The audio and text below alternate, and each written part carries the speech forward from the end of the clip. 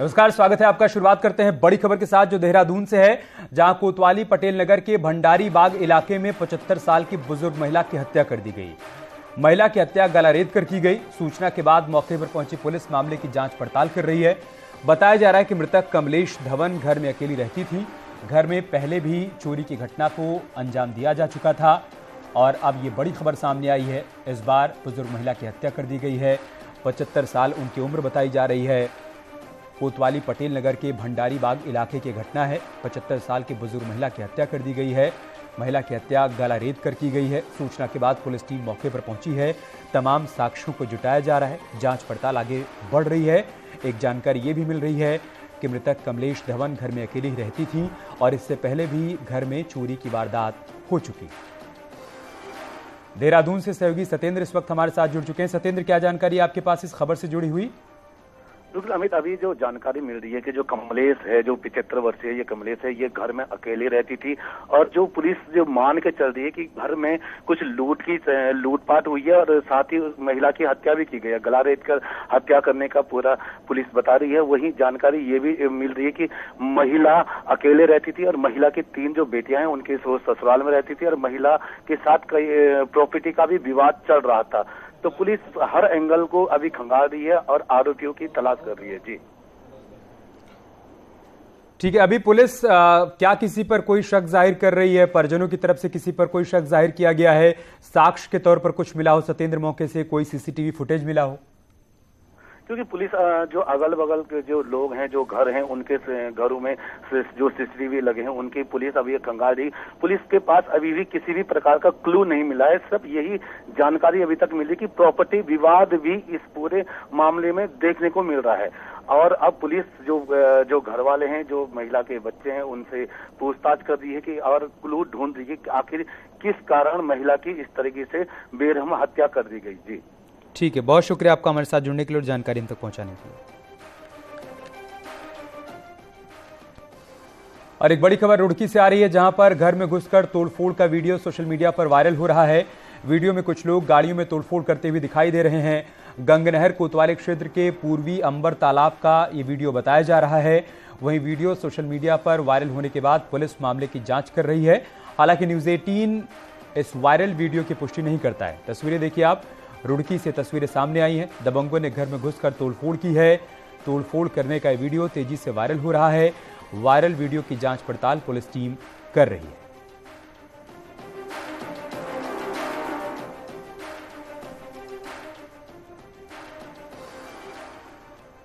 मुख्यमंत्री पुष्कर सिंह धामी खटीमा दौरे पर पहुंचे। हेलीपैड पर स्कूल के बच्चों ने सीएम धामी का गुलाल का टीका लगाकर स्वागत किया। वहीं सिख समुदाय के लोगों ने मुख्यमंत्री धामी का स्वागत किया। इस दौरान सीएम धामी की पत्नी गीता धामी भी उनके साथ मौजूद थीं। हेलीपैड से सीएम धामी सीधे शिक्षा भारती आदर्श स्कूल पहुंचे, जहां आयोजित कार्यक्रम में शामिल हुए। सीएम जब यहां पर पहुंचे, कैसे उनका वेलकम किया गया, उनका स्वागत किया गया, उसकी तस्वीरें हम आपके साथ साझा कर रहे हैं। स्कूली बच्चों ने गुलाल का टीका लगाकर सीएम का स्वागत किया। इस दौरान सीएम की पत्नी भी उनके साथ मौजूद हैं और हेलीपैड से सीएम सीधा कार्यक्रम स्थल की ओर चले गए, जहां पर इस वक्त कार्यक्रम का आयोजन किया जा रहा है। सिख समुदाय के लोगों ने भी सीएम को प्रतीक चिन्ह देकर, बुके देकर स्वागत किया, उनका वेलकम किया।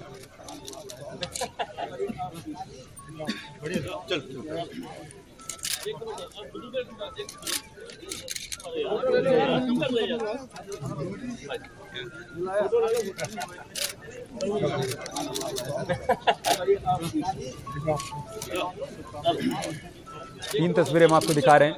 पहले तस्वीर जब मुख्यमंत्री यहां पर पहुंचे, हेलीपैड पर पहुंचते ही कैसे उनका स्वागत किया, वो तस्वीर आप देखिए।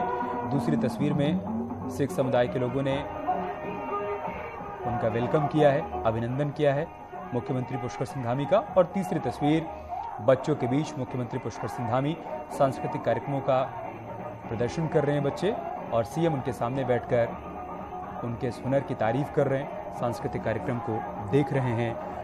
एक खास मौका इन तमाम बच्चों के लिए, लंबी तैयारी इन बच्चों ने कर रखी थी अपनी प्रस्तुति को लेकर, और आज राज्य के मुखिया पुष्कर सिंह धामी के सामने ये बच्चे अपने हुनर का प्रदर्शन करते हैं।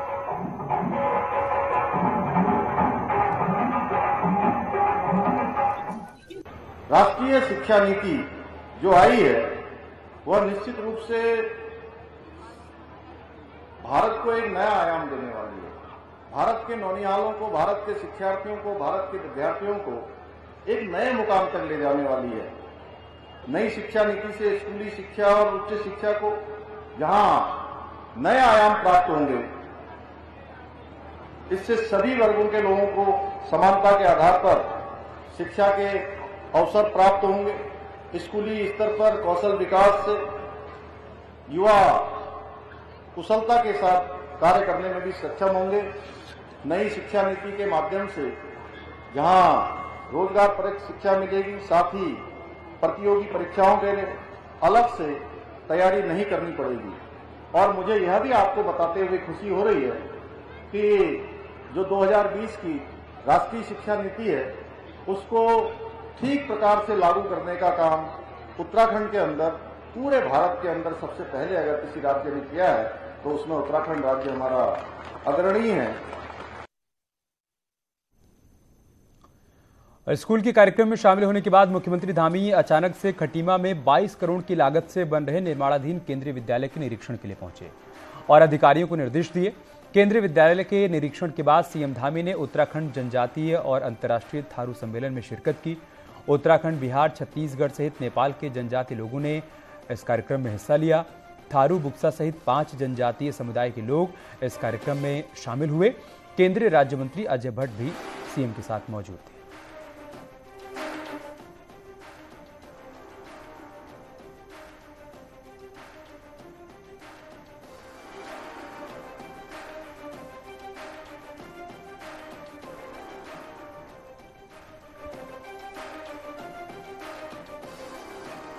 दो तस्वीरें हम आपको दिखा रहे हैं। एक तरफ अचानक से विद्यालय के निरीक्षण के लिए पहुंचे मुख्यमंत्री पुष्कर सिंह धामी, यहां अधिकारियों से बातचीत की, उनको निर्देशित भी किया और बाद में जनजातीय समाज के सम्मेलन में शिरकत करने पहुंचे। थारू सम्मेलन का आयोजन किया गया था, जिसमें देश के अलग अलग राज्यों से जनजातीय वर्ग के लोग यहां पर पहुंचे हुए थे और इस कार्यक्रम में शामिल होकर मुख्यमंत्री पुष्कर सिंह धामी ने यहां मौजूद लोगों को संबोधित भी किया।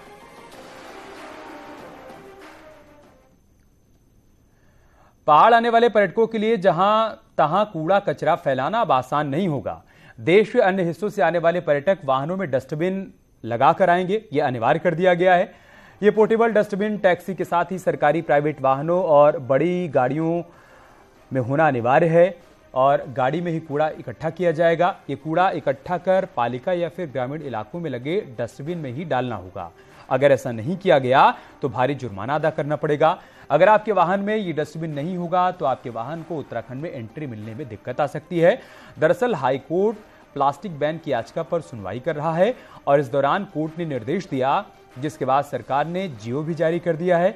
पर्यटन सीजन में इसे कठोरता से लागू करने पर काम किया जा रहा है।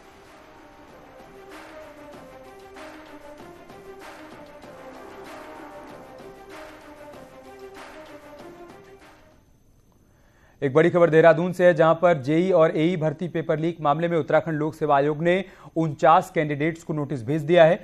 उत्तराखंड लोक सेवा आयोग ने सभी से 15 दिन के भीतर जवाब मांगा है और संतोषजनक जवाब नहीं मिलने पर आयोग कैंडिडेट्स को डीबार करेगा। वहीं यूके SSSC के पास भी 250 से ज्यादा नकलचियों के नाम हैं, जिसको जल्द ही सार्वजनिक किया जा सकता है।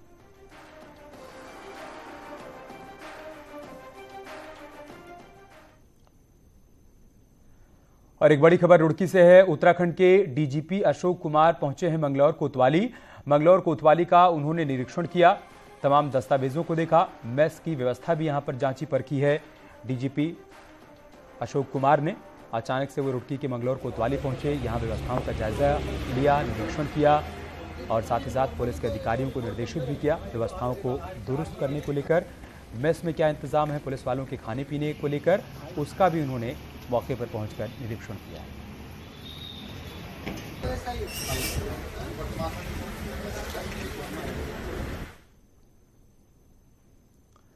देहरादून में नगर निगम पहुंचकर राज्य सूचना आयुक्त योगेश भट्ट ने निरीक्षण किया। लोक सूचना अधिकार संबंधी जानकारी भी ली। नगर निगम की सूचना अधिकार जानकारी नहीं देने को लेकर कई शिकायतों के बाद आज योगेश भट्ट ने निरीक्षण किया। राज्य सूचना आयुक्त के औचक निरीक्षण से नगर निगम के अधिकारियों में हड़कंप मच गया।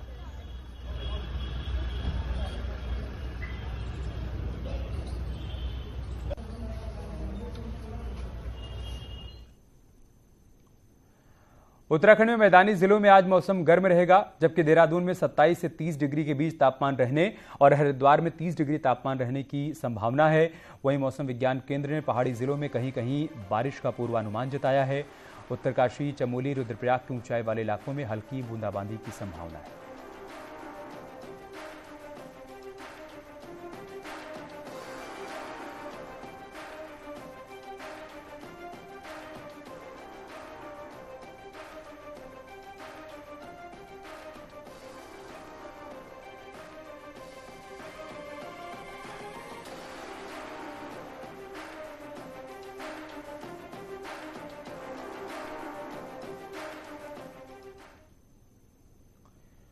चारधाम यात्रा को लेकर जहां शासन प्रशासन इन दिनों तैयारियों में जुटा हुआ है, तो वहीं चारधाम यात्रा रूटों पर पानी इन दिनों परेशानी का सबब बना हुआ है। टिहरी के घनसाली से ही चारधाम यात्रा गुजरती है, लेकिन घनसाली और आसपास के क्षेत्रों में इन दिनों पानी की किल्लत से लोग परेशान हैं। ग्रामीण 3 से 4 किलोमीटर दूर हैंडपंप और प्राकृतिक स्रोतों से पानी लाने को मजबूर हैं और इस बार बारिश नहीं होने के चलते भी कई हैंडपंप और प्राकृतिक स्रोत सूख चुके हैं, जिससे परेशानी और ज़्यादा बढ़ गई है। अब यात्रा शुरू होने पर दूर दराज से आने वाले यात्रियों को भी परेशानियों का सामना करना पड़ सकता है। वहीं मामले में जल संस्थान के अधिकारी व्यवस्था बनाने की बात कह रहे हैं।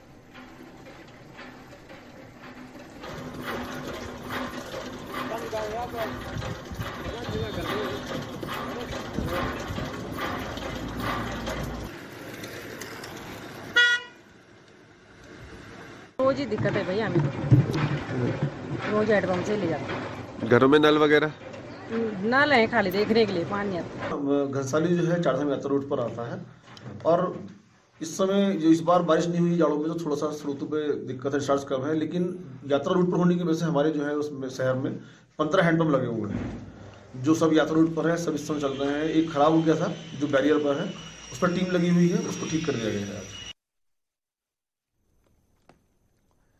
पौड़ी में अंकिता भंडारी की मां सोनी भंडारी ने जिलाधिकारी से मुलाकात की। इस दौरान अंकिता की मां ने कहा कि सरकार ने उन्हें बेटे को नौकरी देने का आश्वासन दिया था, जो अभी तक पूरा नहीं हुआ है, जिससे परिवार पर आर्थिक संकट गहरा गया है और न्याय प्रक्रिया में देरी पर भी निराशा व्यक्त की गई। वहीं जिलाधिकारी ने कहा कि अंकिता के भाई को नौकरी दिए जाने के लिए THDC में बातचीत की गई है, जल्द ही नौकरी मिल जाएगी।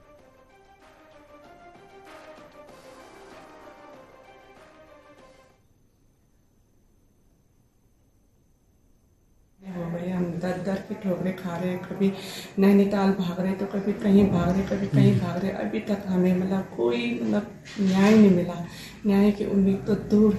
उन्होंने ये भी कहा था कि परिवार को एक सदस्य पर नौकरी मिलेगी, लेकिन अभी तक आप देख के रहे हो। आज इसी विषय पे मैं यहाँ आई हूँ। बेटे से बात करते हुए THDC में CA आर्टिकलशिप के लिए, जिसमें 15,000 का स्टाइपेंड का के प्रावधान है, वो सारी मतलब उससे संबंधित कॉल लेटर उस बच्चे को मिल भी चुका है और हम यथासंभव प्रयास कर रहे हैं कि परिवार की जो मदद हो उसके लिए हम ट्राई करें। अल्मोड़ा के मेडिकल कॉलेज के बेस में पिछले 5 दिनों से डॉक्टर्स का धरना चल रहा है। शासन द्वारा 12 डॉक्टर्स का ट्रांसफर अल्मोड़ा से पिथौरागढ़ कर दिया गया है। अब डॉक्टर्स को जनप्रतिनिधियों सहित संगठनों का समर्थन मिल रहा है। डॉक्टर्स की हड़ताल में जाने से अल्ट्रासाउंड सहित कई स्वास्थ्य व्यवस्थाएं चरमरा गई।